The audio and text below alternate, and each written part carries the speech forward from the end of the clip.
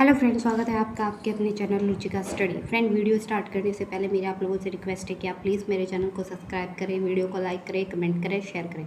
Friend, आपका एक comment एक लाइक मुझे मोटिवेट करता है, सो प्लीज़ आप मेरी वीडियो को लाइक एंड कमेंट अवश्य करें। आपसे रिक्वेस्ट है कि आप प्लीज़ मेरे वीडियो है जो उसको पूरा देखें और शेयर करें। चलिए फ्रेंड्स, आप अपनी स्क्रीन पर देख रहे होंगे आज का हमारा टॉपिक है सीटेट ईवीएस के अंतर्गत हमारा जो टॉपिक है वो है कृषि। फ्रेंड, कृषि से हमारे क्वेश्चन आते हैं एक दो एग्ज़ाम में, जो कि काफ़ी इंपॉर्टेंट टॉपिक है और एक एक नंबर काफ़ी महत्वपूर्ण होता है हम सब के लिए।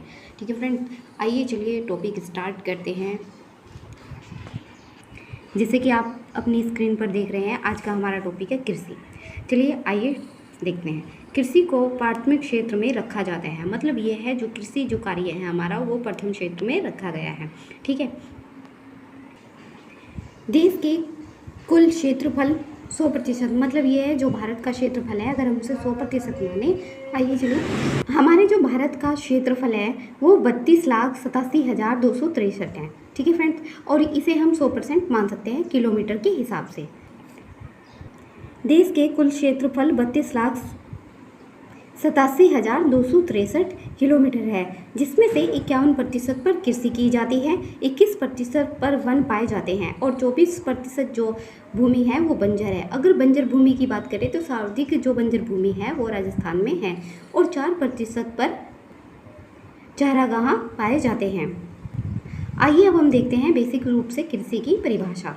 ठीक है, कृषि मानव अपनी आवश्यकताओं को पूरा करने के लिए फसल उगाता है, उसे हम कृषि कहते हैं। ठीक है, जिसके अंतर्गत हमारा आता है फल फूल अनाज सब्जियां इत्यादि। नेक्स्ट है, आगे है हमारा फसल। फसल एक ही प्रजाति के बहुत सारे पौधों को एक साथ बोना फसल कहलाता है। मतलब ये कि एक ही प्रजाति के बीज को एक साथ बोना फसल कहलाता है। जैसे गेहूँ का हम ऐसा तो नहीं है ना कि एक दाना डालते हैं, ऐसे बहुत सारे दाने डालते हैं तब जाके हमें क्या है गेहूँ की फसल मिलती है। ठीक है, इस एक ही साथ बहुत सारे एक ही प्रकार की प्रजाति के बीजों को बोना फसल कहलाता है। ठीक है फ्रेंड, आइए अब हम आगे देखते हैं फसलों के प्रकार। देखिए, जो फसलों के प्रकार हैं वो 2 प्रकार के होते हैं। फसलों के जो प्रकार हैं वो 2 प्रकार के होते हैं, निर्वाहक फसल या खाद्य फसल। नेक्स्ट दूसरा है हमारा वाणिज्यिक फसल या नकदी फसल। निर्वाहक कृषि अपनी आवश्यकताओं को पूरा करने के लिए करते हैं। ये 2 प्रकार की होती है। देखिए, ये जो निर्वाहक कृषि है या खाद्य कृषि है, ये अपनी आवश्यकताओं को पूरा करने के लिए की जाती है। ये छोटे किसानों के अंतर्गत की जाती है, जैसे कि जिनके पास छोटी ज़मीन होती है तो वो अपनी आवश्यकताओं के हिसाब से गेहूँ अनाज साग सब्जी उगाते हैं। ये भी इस प्रकार की कृषि के अंतर्गत 2 प्रकार की कृषि आती है। एक आती है आदिम निर्वाहक, दूसरी आती है गहन निर्वाहक। गहन निर्वाहक में किसान छोटे छोटे खेतों पर अपनी आवश्यकता अनुसार चावल गेहूं मक्का दलहन आदि को उगाता है। आइए देखते हैं नेक्स्ट जिसके बारे में हमने पढ़ा था, नकदी फसल। नकदी फसल या वाणिज्यिक फसल में एक फसल बड़े पैमाने पर उगाई जाती है। देखिए, नकदी फसल में एक फसल बड़े पैमाने पर उगाई जाती है। ये फसल बेचने के उद्देश्य से उगाई जाती है। इसे नकदी फसल भी कहते हैं। इसके अंतर्गत जो फसल आती है हमारी, जैसे चाय कॉफ़ी केला कपास रबड़ मेवे गन्ना आदि। देखिए, ऐसा तो नहीं है ना कि चाय हम इतनी ही उगा सकते हैं जितनी हमें प्रयोग करनी है, नहीं, चाय के पूरे बागान उगाए जाते हैं और कॉफ़ी भी इसी तरीके से। और ये जो फसल है ये बेचने के उद्देश्य से उगाई जाती है। इसे इसलिए हम नकदी फसल कहते हैं, क्योंकि इसको हमें बेचने से नकदी क्या होता है, धन मिलता है। जैसे कपास हो गया, केला हो गया, रबड़ मेवा गन्ना आदि, ये सब जो है नकदी फसल के अंतर्गत आता है। देखिए, निर्वाहक कृषि के जैसे 2 प्रकार हमने पढ़े, आदिम निर्वाहक और गहन निर्वाहक। गहन निर्वाहक के बारे में हमने पढ़ा कि ये छोटे किसान और छोटे छोटे खेतों पर अपनी आवश्यकता अनुसार गेहूं जौ मक्का उगाया जाता है। और इसमें आदिम निर्वाहक के अंतर्गत हमारी जो कृषि आएगी, वो जो कृषि है वो हस्तांतरित कृषि आएगी, मतलब एक स्थान से दूसरे स्थान पर ट्रांसफर की जाती है, जिसके अंतर्गत हम पढ़ेंगे झूम खेती आएगी इसके अंतर्गत। ठीक है, आइए हम देखते हैं झूम खेती, जो कि हमारी आती है आदिम निर्वाहक कृषि के अंतर्गत। झूम खेती ये मिजोरम के पहाड़ों में की जाती है। मिजोरम में लॉटरी द्वारा खेती की जमीन देने की प्रथा है। मिजोरम में चेराव नृत्य किया जाता है। ये राज्यों के नृत्य के बारे में हमने पहले भी वीडियो में कंप्लीट कर चुके हैं हम। आइए देखते हैं नेक्स्ट लाइन। झूम खेती में एक फसल को काटने के बाद ज़मीन को कुछ साल हेतु आराम करने देते हैं ताकि ज़मीन में उर्वरक शक्ति बढ़ सके। इस जगह पर बांस या जंगल उग जाता है, उसे उखाड़ते नहीं, बस गिराकर जला देते हैं। फिर ज़मीन को हल्का सा जोतकर उसमें बीज का छिड़काव कर देते हैं। एक ही फसल में अलग अलग तरह के बीज डालते हैं। जैसे एग्जाम्पल के हिसाब से हम देखें तो मकई के साथ में चावल या मिर्ची, सब्जियां आदि बोई जाती है। नेक्स्ट है इसमें पॉइंट हमारा जो कि काफ़ी इम्पोर्टेंट है, मिज़ोरम में बांस के बर्तन कब होते हैं। देखिए, मिज़ोरम में जो खेती की जाती है, या आप कह सकते हैं, ऐसा नहीं है कि मिज़ोरम में की जाती है, जो पूर्व साइड के जो 7 सिस्टर राज्य हैं हमारे, जैसे आसाम हो गया, ये इस साइड में जो राज्य हैं यहाँ पर झूम खेती की जाती है। यहाँ पर यह है कि जो किसी एक बार उगा ली गई है उसे उस ज़मीन को कुछ सालों के लिए छोड़ दी जाती है, और जब वो ज़मीन खाली होगी तो उस ज़मीन पे या तो बांस उगेंगी या जंगल या घास उगेगा, तो उसे वे उखाड़ते नहीं हैं, उसे वो वहीं पर जो घास और जंगल उगेगा उसे वहीं पर गिराकर जला देते हैं।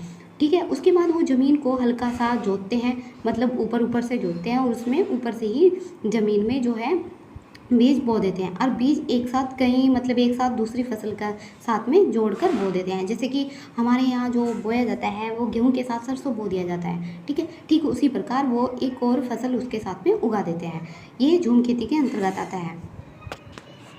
ये जो झूम खेती है हमारी, ये आदम कृषि के अंतर्गत आती है, जो हमारी निर्वाह कृषि के अंतर्गत आती है। ठीक है फ्रेंड, आइए अब देखते हैं हम आगे।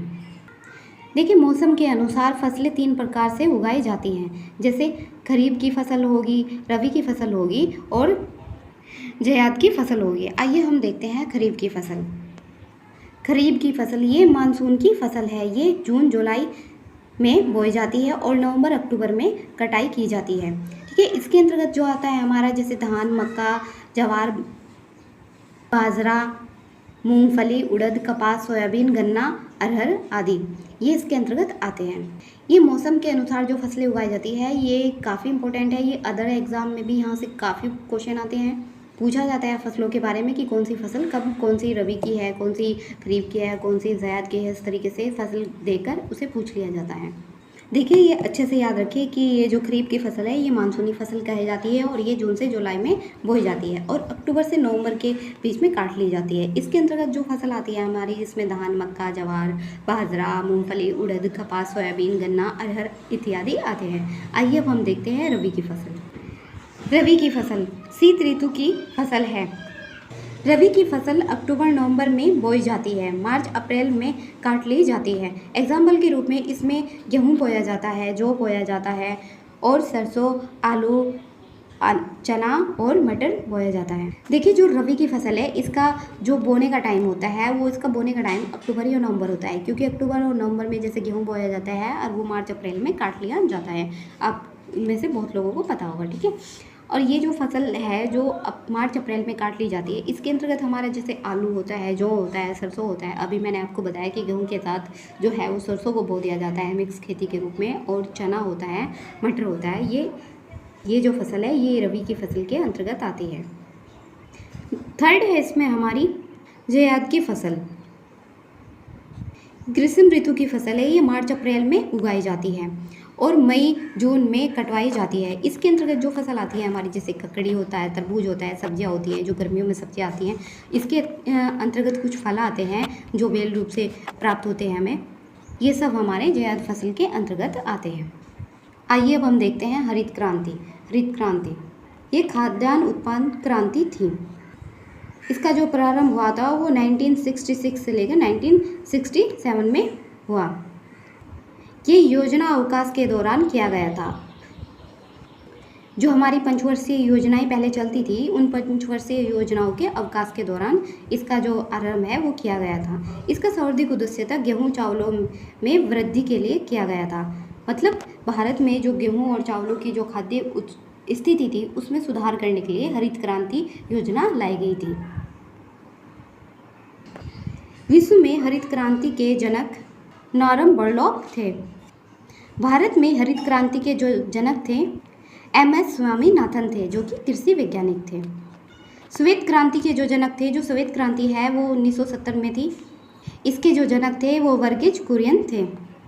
देखिए, जब हरित क्रांति जो स्टार्ट की गई थी, इसमें जो सर्वाधिक वृद्धि करने वाला, जो सुधार करने वाला जो राज्य था, वो पंजाब था।